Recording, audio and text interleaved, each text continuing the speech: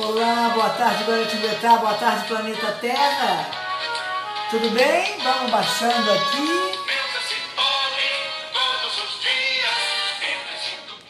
Aí, baixando o nosso áudio, que todo mundo reclama, que não escuta o que a gente fala, mas tem que postar musiquinha, senão o Flávio Augusto reclama, faz parte, né? Faz parte. Olha que delícia, eu estou aqui hoje no consultório do Dr. Fábio Nascimento Gonzaga. Ele é especialista, um nomão, que quando eu aprendi a falar, para falar isso era um Deus nos acuda, ó. Otorrinolaringologista. Otorrinolaringologista. A última vez que eu estive aqui, eu estava com uma crise labirintite. Verdade, não sabia nem aonde que eu estava. Que horror, hein? Ô negocinho ruim. É verdade. Tá certo. Mas hoje nós não vamos falar da especialidade médica do Dr. Fábio. Nós viemos aqui bater um papo com ele porque ele tem outra especialidade. O que eu acho que é a especialidade que nós precisamos. Benê Carvalho sabe muito bem disso. Um beijo, Benê. Vamos compartilhar isso aí, hein? Compartilhando aí essa página no seu Facebook, compartilhando aqui embaixo no Instagram também. É o amor ao próximo. É fazer alguma coisa para a nossa comunidade, para a nossa sociedade. É isso, doutor. Bem-vindo. Obrigado. Obrigado pelo espaço, pela oportunidade de divulgar esse trabalho que está iniciando aqui em Guaratinguetá, que é o trabalho do Amor Exigente, né? Que é já comentando sobre esse trabalho, é um trabalho que visa a preservação da família, né? Da estrutura da família, tem como objetivo realmente dar apoio a famílias que têm indivíduos com comportamentos inadequados. Na nossa sociedade hoje, o comportamento mais inadequado é o uso de drogas, com certeza. É o uso de drogas. Né? Esse trabalho, Neuza, ele surgiu aqui. Como é que surgiu? Porque o amor exigente, isso ele é obrigado, vamos compartilhando, porque isso é de interesse de todos. Como é que surgiu o amor exigente? Vou começar do começo. Tá. Especificamente em Guaratinguetá, ele surgiu de uma reunião que nós fazemos nas casas espíritas de Guaratinguetá, Fraternidade, Amor e Luz, Diógenes Medeiros e o Antônio Martins também. E nós vimos que a quantidade de pessoas que vinham em busca de auxílio, de ajuda, de prece, de oração para familiares com comportamento de adicção, de uso de drogas, era imenso, né? É imenso mesmo. E um dos participantes das casas tinha iniciado um trabalho no Amor Exigente que se implantava em Lorena. Inclusive faz dia 26 agora, um ano que já existe o trabalho lá. Nós começamos a ver o trabalho, a estudar o trabalho. No ano passado passamos de junho a dezembro com o apoio da regional do Amor Exigente aqui de Pinda, na pessoa do Sr. Fernando e a Dona Fátima. Começamos a estudar, começamos a ver como que isso poderia ser implantado aqui em Guaratinguetá, uma forma de beneficiar a nossa comunidade, a nossa sociedade. Doutor, deixa eu fazer uma pergunta. O amor exigente, ele não tem religião, né? Não. Vamos começar. Porque as pessoas já ficam aprendendo, tá lá, é só para espírito e tal, não sei o quê. Exato. Eu acho que nós estamos num momento da humanidade, num momento em que nós temos que acabar com os preconceitos. Nem fala, né? nem fala. O bem, ele não pode ter bandeira, ele não pode ter cor. Fazer o bem é fazer o bem. O amor exigente, ele é, na verdade, de nascimento protestante nos Estados Unidos. Veio para o Brasil por um padre católico, Padre Haroldo, em Campinas, jesuíta, está fazendo o centenário dele agora, esse ano. E ele implantou esse sistema no Brasil, que hoje são milhares de casas, eu não sei precisar, mais de 2.000 casas no Brasil, no Uruguai, no Chile e em outros países aqui da América Latina, em que é uma comunidade plurireligiosa, ela não é religiosa, ela é plurirreligiosa, ou seja, se valoriza a religião, mas valoriza a religião de cada um, não tem que ser espírita, não tem que ser católico, tem que ser protestante, não tem que ser... Eu respeito a sua religião. Exatamente. Não é? Exatamente. Inclusive porque um dos comportamentos inadequados é você não respeitar o outro, seja ele na sua religião. Então está no lugar certo se você tem esse problema. Então nós precisávamos de um espaço físico com um salão e várias salas para poder fazer esse trabalho. Chegamos à conclusão que o Antônio Martins, esse centro espírita em frente à Fraternidade aqui no Campo do Galvão, na Rua Álvares Cabral ali, era um local adequado. Conseguimos, entre os amigos, fazer uma reforma no local, uma melhora, uma vaquinha para criar um ambiente mais agradável, mais receptivo. E começamos esse trabalho agora no sábado passado, retrasado, aliás, no dia 12. E é assim, muito gratificante, porque... Qual é a base desse trabalho, doutor? O Amor Exigente, ele trabalha 12 princípios básicos e 12 princípios éticos. E esses princípios, eles servem para tudo, Nilza, não servem só para a drogadição. Então, qualquer tipo de alteração... humano, podemos dizer. Exatamente. Né? Respeito ao outro, honestidade, conhecer a si mesmo, respeitar a dignidade do outro. Né? Maravilha. Esses 12 princípios é trabalhado um princípio a cada mês. Então, são 4 encontros do primeiro princípio no mês de janeiro, e todas as casas no Brasil e fora do Brasil trabalham em janeiro aquele mesmo princípio, o mesmo, estão todos... Então começou todo mundo junto no Brasil inteiro. Juntos. Olha que bárbaro. Inclusive na televisão também tem um canal que tem o Amor Exigente, vocês vão encontrar lá também, todos estão no primeiro princípio. O primeiro princípio que nós trabalhamos no mês de janeiro são as raízes culturais, ou seja, os problemas da família, da escola, da sociedade, tem como causa as raízes culturais que a nossa sociedade ela tem. Ou seja, aí entra preconceito e tudo mais. Eu vou te dar um exemplo assim, bem simples para ficar claro. Né? Por exemplo, nós temos no Brasil... compartilhando isso, gente. Nós temos no Brasil um grande problema com drogas. Sem dúvida nenhuma. Mas nós temos uma sociedade que é extremamente leniente com o uso de drogas, principalmente drogas lícitas. Então não existe uma festa que não tenha álcool, e aí a gente está falando de festa de criança. Nós brigamos quando ouvimos uma música fazer apologia à droga, mas não nos sentimos incomodados quando numa festa com crianças de 4, 5 anos, a gente acorda bebendo bebida alcoólica. Então são raízes, né? São raízes que a sociedade vai implantando e que isso vai gerar uma consequência no futuro. Concessões, né? Exatamente. Concessões. E o Amor Exigente, ele não leva, Nilza, ele não é um problema ele não tende, ele não quer chegar e dar uma solução pronta a ninguém, porque isso não existe. Tá? O que existe é fazer você refletir sobre o seu problema. É muito comum nessas famílias de drogadição, o que acontece? O indivíduo entra para a drogadição, a família se culpa o tempo todo. Verdade. E nessa onde culpa, eu errei? É a primeira pergunta. Né? Onde foi que eu errei com ele?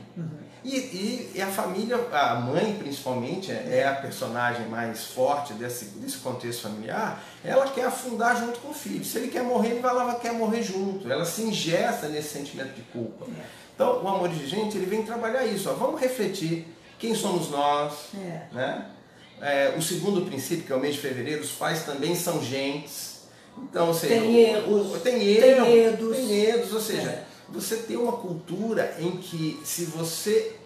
veja, existe uma diferença muito grande entre ser... Beijinho, Samira tá ali, nosso ouvinte. Estou aqui na sua casa também. Entre ser culpado e ser responsável. Aí. É o que a gente fala, ou seja, não existe uma criação de filho, uma relação de marido e mulher, uma relação de trabalho, onde você não cometa erros.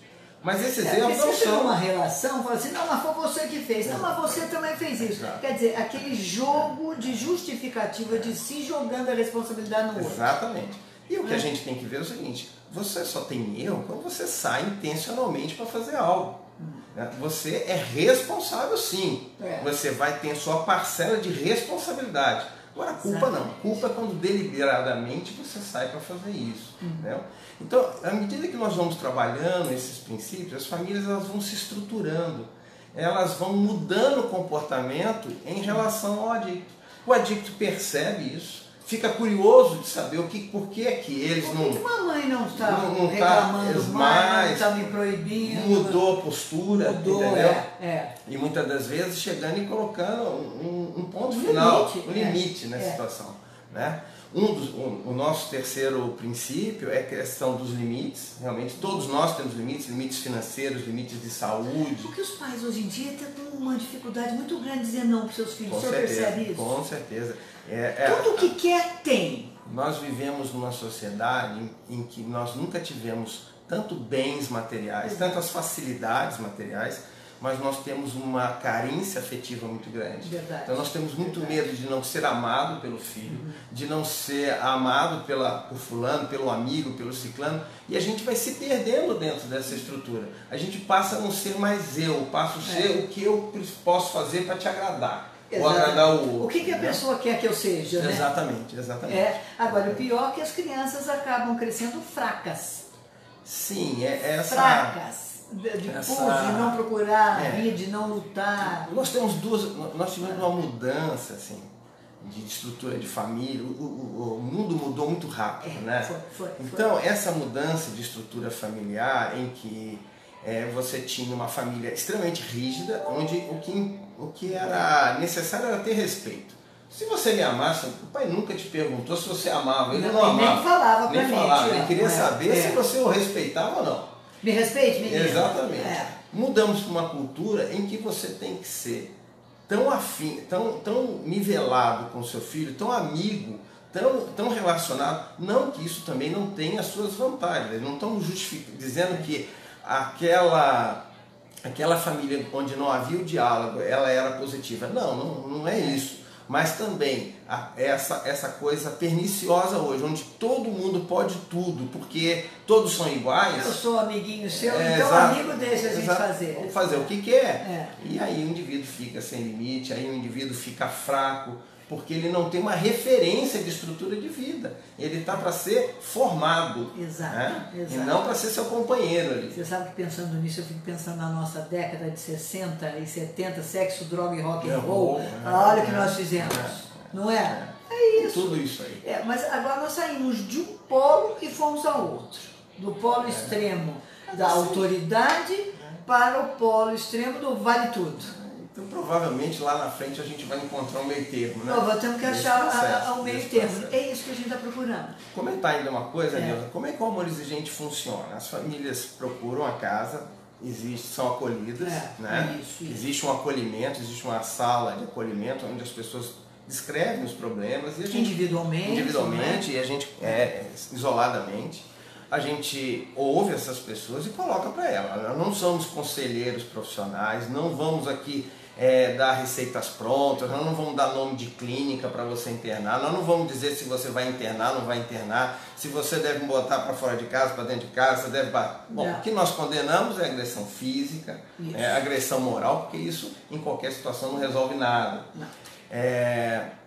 As famílias depois vão para o grupo, existe um grupo onde uma palestra de 20 minutos, é dado alguns recados, depois elas são subdivididas. Então a mãe não fica com... Porque normalmente o adicto não vai a família, vai o pai, a mãe e a irmã. Isso que eu ia perguntar, o pai tem ido? Os pais hoje em dia vai menos, mas vai.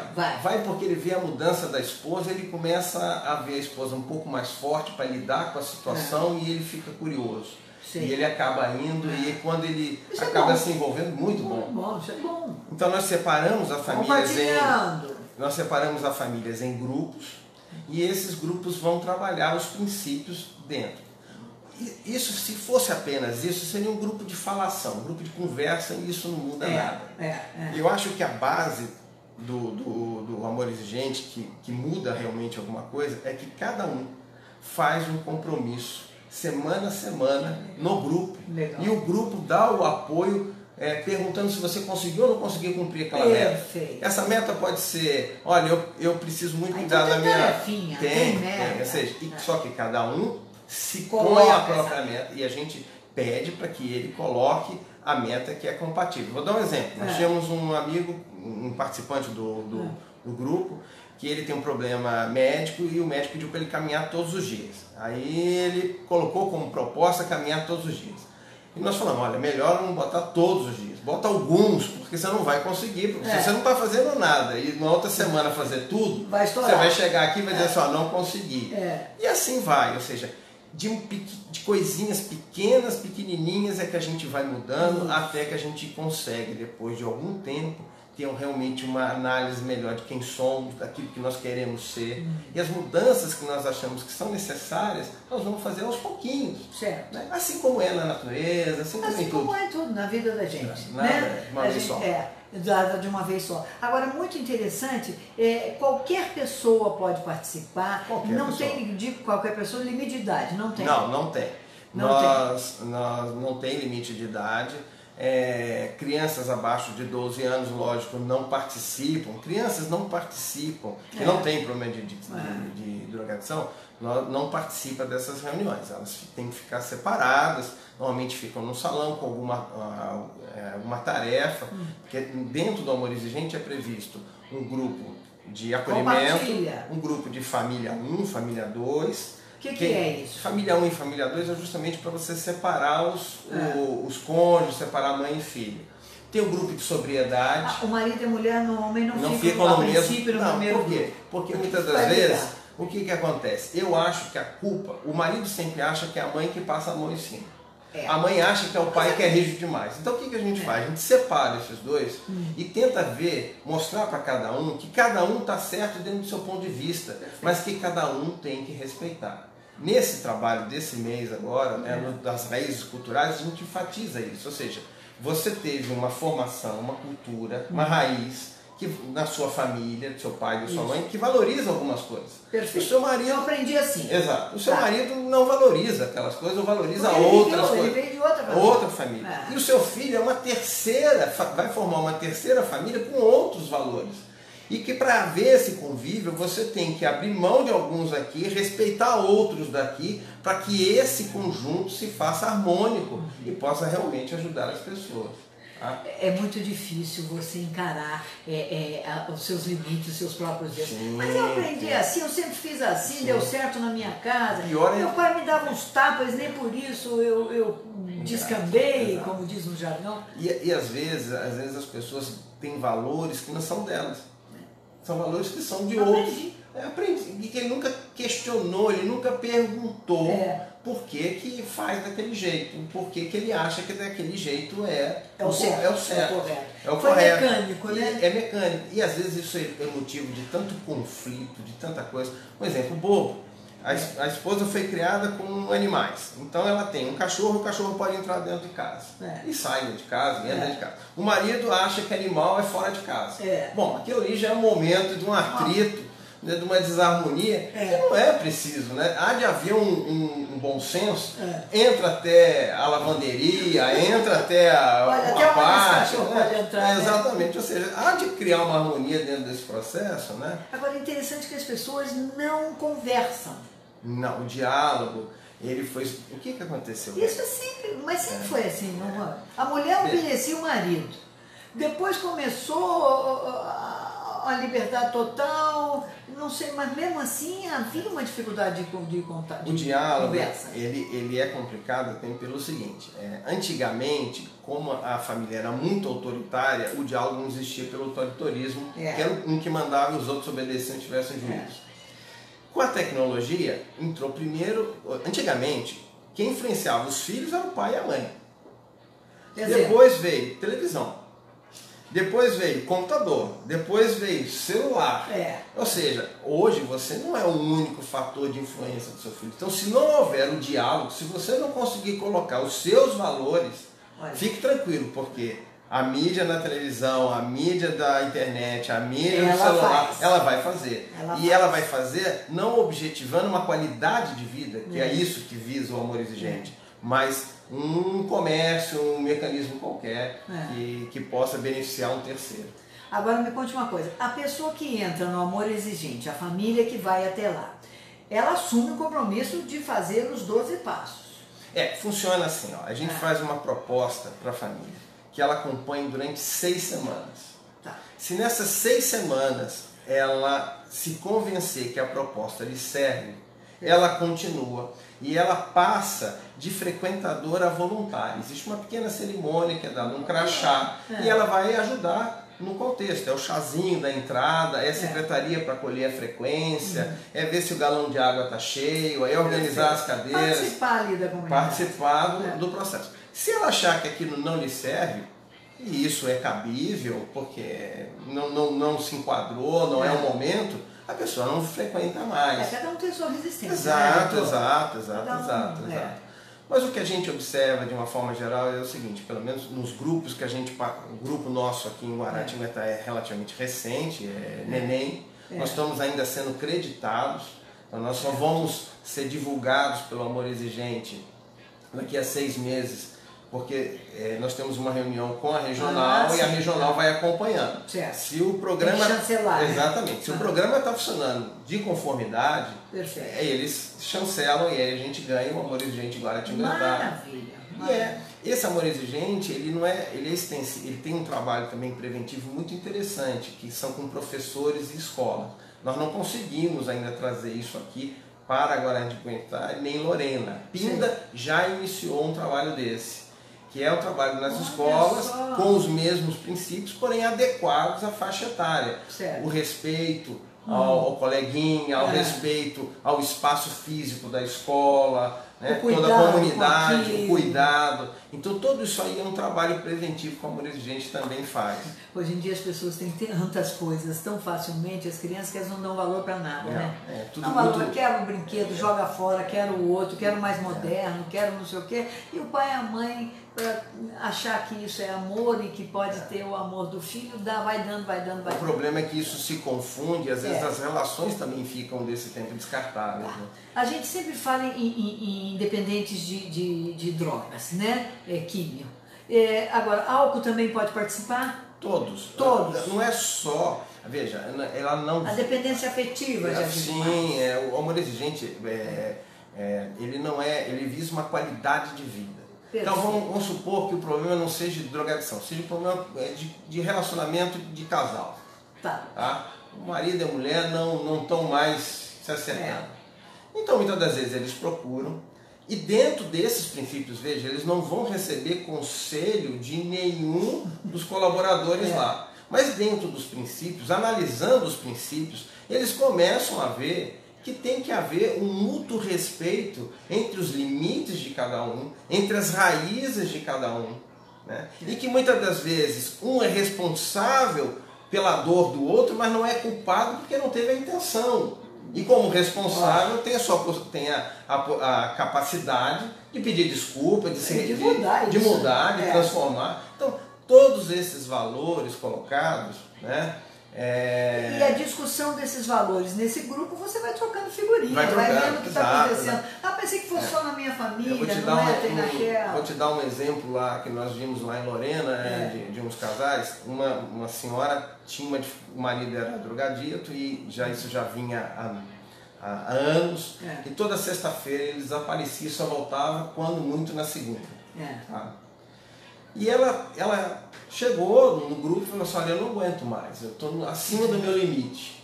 Porque eu não sei com quem ele anda, como ele anda, ele não é uma pessoa boa onde ele está, e eu quero colocar isso em xeque. Ninguém falou absolutamente nada, porque ninguém vai dizer põe ou não põe. A senhora faz o que a senhora acha que a senhora deve fazer. Uma outra pessoa falou assim: olha, eu fiz isso, deu errado. Ele foi embora e nunca mais voltou. A outra falou o seguinte do grupo: eu fiz e deu hiper certo. Funcionou. Na outra reunião ela chegou e falou assim: vocês não fazem ideia do que aconteceu. Eu botei ele em xeque. Ele não só concordou comigo que ele também não aguenta mais a situação. Ele resolveu procurar uma comunidade terapêutica para se tratar e me pediu em casamento, porque nós estávamos juntos há anos, mas nunca tinha casado. A coisa funcionou, né? Funcionou, ela ficou feliz. Depois ele foi para o grupo de sobriedade, que é um grupo que existe dentro do Amor Exigente, que são aqueles dependentes que não mais utilizam a drogadição, e eles vão ali dando força. Segue aqueles outros passos também? Não, é um currículo próprio. O currículo do Amor Exigente não tem a ver com os 12 passos dos Alcoólatras Anônimos, né? Que depois foi usado pelo NA, por outros. Mas não, é diferente, embora, Nilza, apesar das diferenças, são princípios éticos, morais que regem a vida de qualquer ser humano para que ele viva de uma forma plena, de uma forma feliz em convívio com o outro. A Carol, bom dia aí também. Só aproveitar para dizer, a reunião é aos sábados, às 16 horas, às 18 horas. E isso nós somos assim, extremamente disciplinados, temos que ser disciplinados, porque a disciplina é uma das formas da gente se combater a drogadição. Então começa exatamente às 16 horas, quem quiser chegar uns 10, 15 minutos antes das 16 vai ter um chazinho, vai ter alguma coisa para recebê-los. Começa às 16 e acaba às 18, todos os sábados. Carnaval, Ano Novo, Natal, feriado. O grupo ele se propõe a estar aberto para receber essas pessoas, para que as pessoas possam se esvaziar um pouco também na partilha que fazem nos subgrupos, para que elas possam ali estar recebendo aquele adendo. Agora pergunta, esse grupo de orientadores, vocês também tiveram um treinamento para isso? Sim, nós fizemos desde junho do ano passado até dezembro, nós fizemos todos os passos em separado, resolvendo as nossas dúvidas com a regional de Pindamonhangaba, e nós nos reuníamos e discutíamos cada um desses princípios. Mas entenda, esses indivíduos que foram preparados, eles foram mais preparados para ficar calados e quietos e não se meter no que o outro tem que resolver por si só. Porque, olha, eu estou rindo porque eu vou ter dificuldade nisso, eu sou muito metida. Então, eles foram preparados para isso, para não se meta. Quando você tem um problema com o outro, a única pessoa que você pode mudar é a si mesmo. O outro você não pode mudar. Então, o que o grupo faz é te dar essa sustentação para que você entenda isso. Veja, quem tem um problema de drogadição é o seu filho, ou a sua esposa, ou o seu marido. É ele que tem um problema por uma opção dele. Por mais que você tenha responsabilidade disso, você tem que entender que isso foi um caminho que ele escolheu, foi uma escolha dele. Né? Então, o que o grupo faz é dar essa sustentação para que você entenda que quem tem que mudar, porque todo mundo chega lá para tentar resolver o problema do filho, da mulher, não, você tem que resolver primeiro o seu problema. Não, mas eu não tenho problema. Não, exatamente. Tem muitos. Todos nós temos. A gente vai descobrindo, E os próprios coordenadores de subgrupos e a própria coordenação. Carol está perguntando para quem se destina esse encontro? Somente para dependentes, familiares, ex-dependentes aqui? Exatamente. Somente para familiares, ex-dependentes, né? Porque os dependentes normalmente eles são acolhidos se vierem, lógico, mas eles não vêm. Porque eles não se acham ainda que aquilo seja um problema. Né? Então, normalmente o grupo ele só vai quando acha. Quando quer largar. Então, quando quer largar, já está limpo há 1, 2 dias, já é ex-dependente. Porque é uma doença crônica, a dependência química é uma doença que não tem cura. Né? Então, cada dia é uma vitória. Tem as recaídas, mas estamos lá, estamos firmes lá para dar o apoio para que o indivíduo encontre em si mesmo, veja, você não pode ter um problema interno e querer que uma coisa externa resolva. Você é que tem que resolver aquilo. Por que você foi procurar droga? A pergunta é essa. Né? Eu fui procurar droga por quê? Porque é legalzinho, porque fica... Esses dias mesmo eu conversando com uma drogadita aí na rua, eu falei, escute, eu estou com problema do pulmão. Eu falei, mas claro que está. Você mora na rua, passa o final de semana cheirando cocaína, fumando crack, fumando maconha e você não quer ter problema. Daí ela riu. Eu tive que rir, eu falei, você está morrendo. E não estou vendo mais na rua. Eu não duvido nada, ele já deve ter ido. As pessoas têm que... Não é? Tem que se despertar. Mas só que esse caso específico, eu acho, doutor, eu falo assim, mas o neurônio já grudou, não dá mais.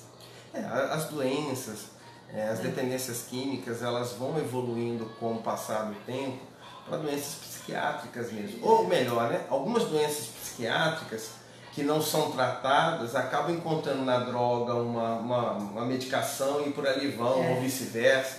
Mas não cabe a gente não tem como julgar isso, não, né? Não é. O que a gente tem constatação. O que a gente tem que entender é qual é o meu papel dentro disso. Como é que eu posso fazer para ajudar o indivíduo? Tá? No caso que você falou lá da menina da rua, como é que eu posso ajudar? Eu dou dinheiro para ela e eu vou resolver? Eu vou levar ela ao médico, eu vou ir no ente público e dizer assim, por que vocês não vão lá e não oferecem algum tipo de tratamento a morador de rua, né? Ver qual é o meu... Quando a gente analisa esses princípios do amor exigente, é interessante também comentar que a gente analisa sobre 3 aspectos sempre. O princípio em relação a mim, a eu, em relação ao outro e em relação à sociedade. Então, na questão que você colocou da moça na rua, a drogadita, né? o que eu reclamo, porque eu tenho um filho drogadito, eu tenho uma esposa drogadita, mas qual é o meu papel nisso? Como é que é o outro nisso? E o que é que eu faço em relação à sociedade para minimizar isso, para ajudar de alguma forma a evitar isso? Né? Então, a gente sempre analisa todos os princípios nesses três aspectos. A gente não sabe de onde veio esse outro, o que ele viveu, o que ele sofreu, o que levou a viver dessa forma. Não adianta ficar xingando e jogar sujeira debaixo do tapete e dizer o prefeito tem que tomar atitude. Não. Mas você dá dinheiro. Dei até um ponto onde eu percebi, falei, não adianta mais, não vai comer, vai usar droga. Quanto mais eu der, mais vai usar. Então já falei, quer comida? Te dou. Quer roupa? Te dou. Mas não pode ter tudo novo também, não, porque senão troca. Troca tudo. É uma doença muito degradante, muito séria, é muito difícil. A gente tem uma chaga na sociedade e a sociedade, ela ainda não entendeu o seguinte: o problema não é da polícia, o problema não é do psiquiatra, do médico, do CAPS. Não é porque é vagabundo, não é do como governo. A polícia chama tudo de vagabundo. Não é isso, o problema é de todo mundo. E a gente tem que buscar as raízes disso aí. Né? Será que as raízes disso está porque... Será que existe alguma relação em nós sermos tão lenientes com drogas, ditas drogas lícitas? Será que isso tem alguma relação do fato também de a gente ser um dos maiores consumidores de drogas ilícitas? Será que a gente tá disposto a abrir mão de quando num local público, onde a gente vê uma criança ou vê um indivíduo de menor, a gente pegar o copo, a garrafa com rótulo, né, aquela propaganda da bebida, a gente esconder aquilo, tampar aquilo com um guardanapo, alguma coisa, para que a gente de alguma forma não esteja fazendo isso? Será que quando a gente leva o filho para um futebol, a gente tem que, no pequeno, a gente tem que estar tomando cerveja junto? Toma água. Exato, né? Então, a gente tem que reanalisar a sociedade toda, né? Para ver onde nós erramos. Onde nós temos a nossa responsabilidade, para que a gente possa corrigir. Olha, nós estamos batendo um papo, olha a quantidade de gente, a maioria que já passaram aqui por essa sala, diz que você curou sono de um, ouvido de outro, não sei o que de outro. São amigos, são pessoas amigas. Ela operou a minha filha com 2 anos e meio, foi tudo melhor. E agora, este homem, Fábio Nascimento Gonzaga, fazendo esse trabalho. Equipe são de quantas pessoas? A equipe hoje está com em torno de 12 pessoas, e foi bom você falar isso, porque o trabalho não é meu, né? Tá?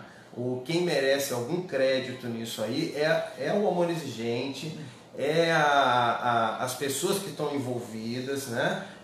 Das várias casas espíritas que perceberam essa dificuldade. Tem várias áreas. Mas lá, Neuza, quando a gente entra, lá não tem médico, não tem psicólogo, lá não tem doutor, é todo mundo voluntário, é todo mundo igual. Tá? Então, na verdade, o mérito não é meu, isso não é uma ideia minha, não nasceu de mim, eu fui chamado para participar, né? Estou no momento dirigindo o grupo, mas eu não sou, eu estou, é temporário. Né? Eu fui chamado para coordenar o grupo nessa implantação, mas tem várias pessoas, se não fosse esse grupo, ele não funciona com menos de 8 a 9 voluntários. Então, se nós não tivéssemos ele lá, não adiantaria eu ir lá e abrir, porque não ia resolver nada. Entendeu? E essa disponibilidade de vida, você falou, fui chamado e aceitei. Decisão sua. É verdade, é verdade. Não é? Aceitei, agora segura o trampo. Não é? Mas é bom, não é? Com certeza. Olha, paga alguma coisa? Tem gente perguntando aí. Não paga nada. O que a gente faz é pedir das pessoas que quiserem, que puderem, na medida que puderem, para que, e isso foi uma coisa que nós discutimos muito com o Amor Exigente, porque dessa exigência, eles têm o que eles chamam de sacolinha de gratidão. Nós não temos a sacolinha de gratidão, nós temos uma caixa que fica no fundo da sala, onde as pessoas que querem participar e podem participar depositam alguma coisa ali dentro. E esse dinheiro é único, exclusivamente para impresso e pagamento de limpeza, água de galão, material de uso, chazinho, para aquele material ali. Papel, todo final de reunião, alguém abre, conta o valor e diz, deu tanto. Não, esse dinheiro não é disponível para sacola básica, para pagar a viagem para ir para ver o filho em clínica internada, para comprar remédio, nada. Esse dinheiro é exclusivamente para isso. Você está dizendo isso porque já pediram, né? Não, é porque na nossa formação nós somos orientados a colocar isso. para que as pessoas, e é importante que elas participem, que elas colaborem com o que tem, com o pouco que tem ou muito que tem, aí depende de cada um, para que elas também se sintam envolvidas. Ou seja, não, eu estou aqui mesmo, eu estou aqui, eu sou daqui. Né? Eu gostei da proposta e eu quero ajudar a proposta. Isso, o empoderamento. Eu faço parte desse grupo. No primeiro momento nós queríamos tirar isso. E aí nós fomos alertados pelo Amor Exigente, não. Se vocês querem ser Amor Exigente, vocês têm que seguir a regra de todos os lugares. Porque daí entra a gratuidade da coisa, né? E afrouxa consigo mesmo. Eu acho que você descompromete. Isso. Não, eu colaboro lá. Se eu colaboro, eu quero ver se o galão está cheio, se a água tá... Isso faz você participar. Ah, que bárbaro. Então vocês estão vendo, olha, vamos compartilhando esse programa, a quantidade de gente que está aí. Bom. Alguma pergunta a mais? Todos os sábados, das 16 às 18 horas, na Rua Álvares Cabral, no Antônio Martins. Não é como eu posso dizer, uma conduta espírita. Não é uma reunião espírita. Vamos refazer essa Não fala. É uma reunião doutrinária, é um trabalho feito aqui é feito numa casa espírita, em Pinda é feito numa igreja católica, em Lorena é feito dentro de um colégio católico, em outros lugares é feito em colégio público. A disponibilidade do espaço que nós tínhamos e pelas pessoas que estavam encampando, serem a maioria espíritas, elas usaram cederam esse espaço para que isso seja feito. Em momento nenhum, ninguém é evocado a seguir nenhum tipo de religião ou nenhuma crítica à religião quem quer que seja. Né? A espiritualidade de cada um é um momento, é o ponto que ele encontra de encontro com Deus. Com o seu Deus. Todas as religiões são boas se faz o indivíduo ser melhor com o outro no que seja. Se a religião faz ele ser uma folha de jornal melhor do que ele era ontem, essa religião é excelente, é maravilhosa. Continue nela. Entendeu? Então o que a gente incentiva, o que a gente pede é que as pessoas sigam as suas religiões, sejam honestas dentro delas. Né? Não fique como Jesus nos colocou, né? Túmulos caiados por fora e podres por dentro, ou seja, só rótulos. Então, fica pintando bezerro de ouro. Exatamente. O movimento do Amor Exigente, ele é plurirreligioso. Ele aceita todas as religiões. Nenhuma religião é mais certa do que a outra. Nenhuma. Esse negócio de ataque de religião, aqui, eu falo, olha, que bobagem, Jesus não é o mesmo, Deus não é o mesmo. Mas, Neuza, pasme. Se a gente pegar a história da humanidade, a maioria das guerras são por questões religiosas. Coisa louca. Usam Deus para esconder o econômico. Exatamente, os financeiros e as mazelas do ser humano. Mazela, o que falta para o ser humano, hein, doutor? Evolução interna, pessoal, né? Individual. Todo mundo quer mudar o outro, todo mundo quer corrigir o outro. Mas ninguém para se olhar no espelho e ver o quanto que eu tenho que corrigir nessa pessoa, que na verdade é a única pessoa pela qual eu posso realmente trabalhar e fazer alguma coisa para que ela seja melhor, seja feliz, ela busque a felicidade dela. Sou eu. O ego humano está em jogo, hein? Com certeza. Tá aí. Doutor Fábio, muito obrigado. Eu que agradeço o espaço. Olha que maravilha, quanta gente. Vamos compartilhando aí da sua página no Facebook. Põe aí embaixo para que mais gente ouça isso. Essa é a ideia. Que mais gente venha participar e mais gente venha trabalhar em prol disso. Então, Centro Espírita Antônio Martins, Rua Álvares Cabral 374, no Campo do Galvão, em frente à Fraternidade. Tá o Frank nos mandando essa mensagem, nos ajudando aqui, lembrando o nosso número, produtor. E que nós agradecemos bastante. Então, 374 no Campo do Galvão, Rua Álvares Cabral, tá? Estão todos os sábados, 16 às 18 horas. Obrigada, doutor. Eu que agradeço. Obrigada a vocês. Obrigado a todos, viu? Espero que pela compartilhem. Paciência aí e à compartilhem. tarde, esse programa vai estar no YouTube, lá no canal Neuza Cipolle, e também volta o link para a página, na fanpage aí do Face, né? Me siga aí na página do Face e se inscreva lá no canal do YouTube para você ter esses e outras tantas boas entrevistas aqui no nosso Sintonia. Obrigada a todos vocês, doutor. Deus lhe pague. Amém. Amém. Obrigada a vocês. Obrigado a todos.